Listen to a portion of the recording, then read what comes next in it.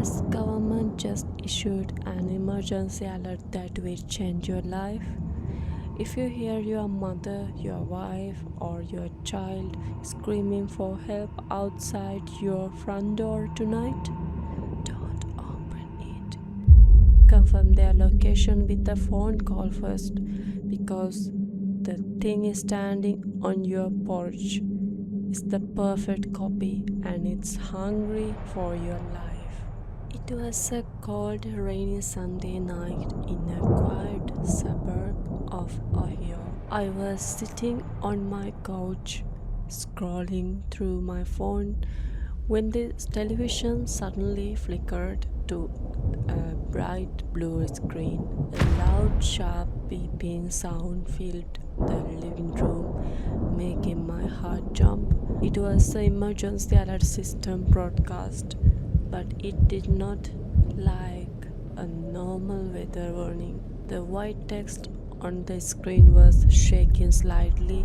It said that a biological threat was spreading through the town. The message warned everyone to stay inside and, most importantly, not to answer the door for anyone. The alert explained something terrifying that I could not believe at first.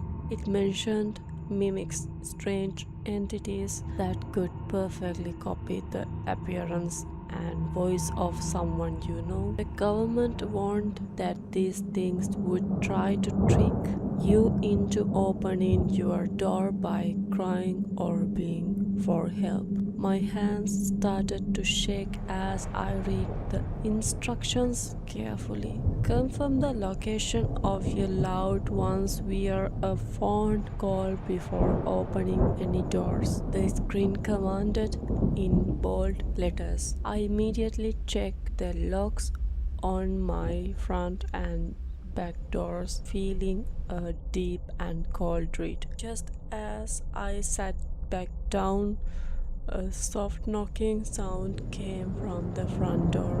My heart was stopped. It was gentle at first, then it became more urgent and frantic. "Help me! Please let me in!" A voice cried out from the other side. My blood ran cold because I recognized that voice instantly. It was my mother. She sounded like she was in a lot of pain and was crying loudly. She kept saying that something was chasing her through the dark woods and that she needed to hide inside my house right now. I took a deep breath and reached for my phone on the coffee table. My fingers were trembling so much that I almost dropped in. I dialed my mother's number, praying that she would not answer because that would mean she was actually outside my door. The phone rang once, then twice, and then someone picked up. "Hello? Is everything okay?" My mother's voice said through the phone. She sounded calm and sleepy, like I had just woken her up from a long nap. She was safe in her own bed. My stomach dropped as I realized the horror of my situation. If my mother was on the phone, then who or what was standing on my porch? I looked at the front door with pure terror in my eyes. The knocking started again, but this time it was much louder and more violent. The voice outside continued to cry, "Why don't you let me in? Don't you love me anymore?" It was using her exact words to make me feel guilty.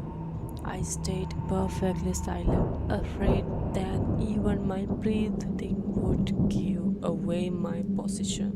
I decided to look through the small keyhole to see what was out there. My eyes adjusted to the dark, rainy night on the porch.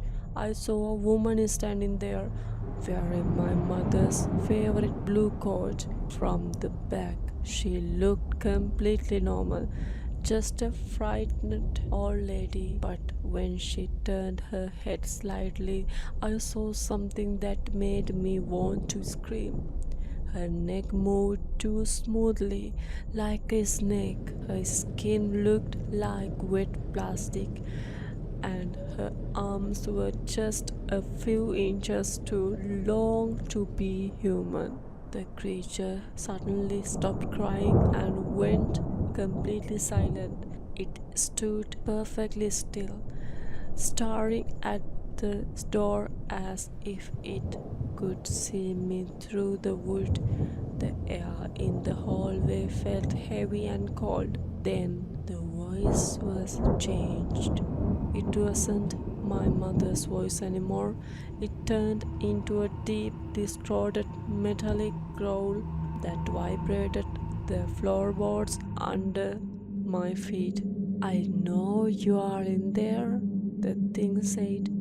It began to scratch the door with long, sharp fingernails, making a sound like a knife scraping against a bone.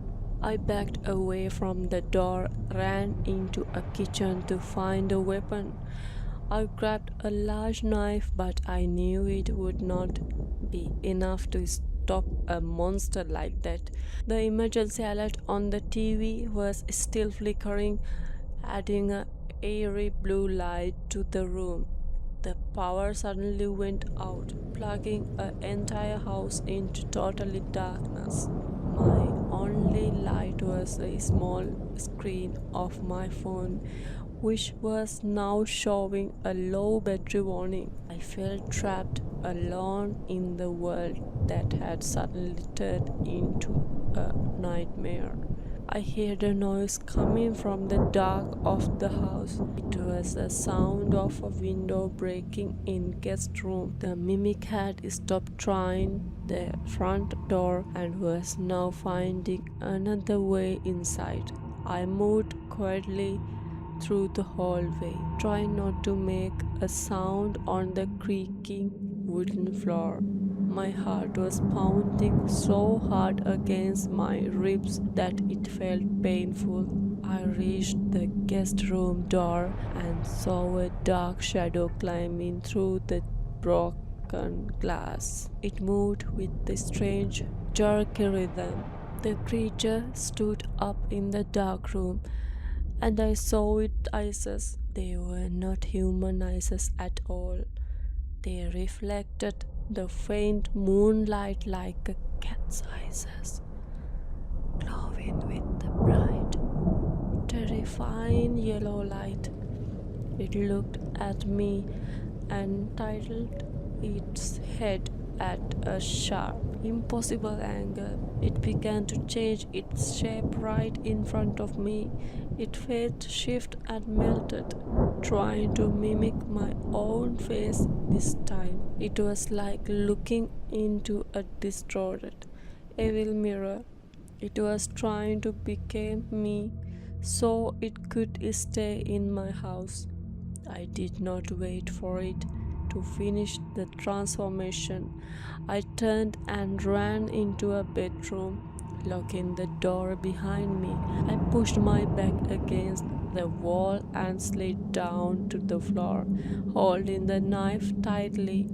I could hear the things walking down the hallway. Its footsteps were heavy and uneven. Thump, drag, thump, drag. Thump sounded. It stopped right outside the bathroom door. There was a long silence that felt like hours. I held my breath, hoping it would think the room was empty that leave me alone. Then I heard the voice again. This time it was my own voice. It was a perfect copy of me, sounds and all. It's okay now. The alert was a mistake. You can come out, it said. It was trying to trick me using my own identity. I realized then that these things did not just want to kill, they wanted to take over our lives, our homes, and our families. I stayed on the floor crying silently, knowing that the world outside was full of these monsters now.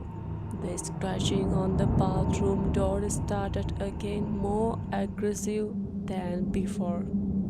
The wood began to splinter as a creature pushed against it with immense strength.